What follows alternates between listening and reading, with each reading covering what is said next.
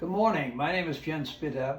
I'm here with Dr. Weber, and this is my second visit after surgery, which took place on the 27th of August.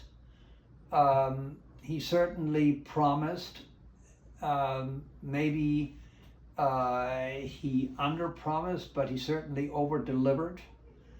I spent one night at the hospital. I had a total shoulder replacement.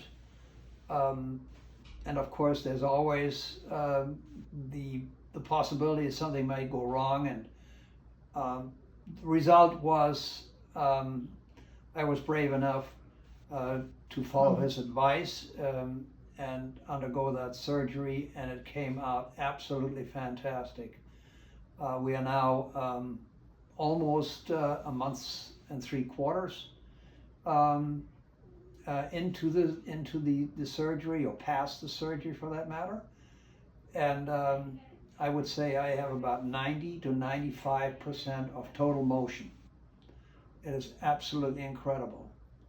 I do have rehab for probably another 6 weeks or maybe 8 weeks or so, just to gain the strength back.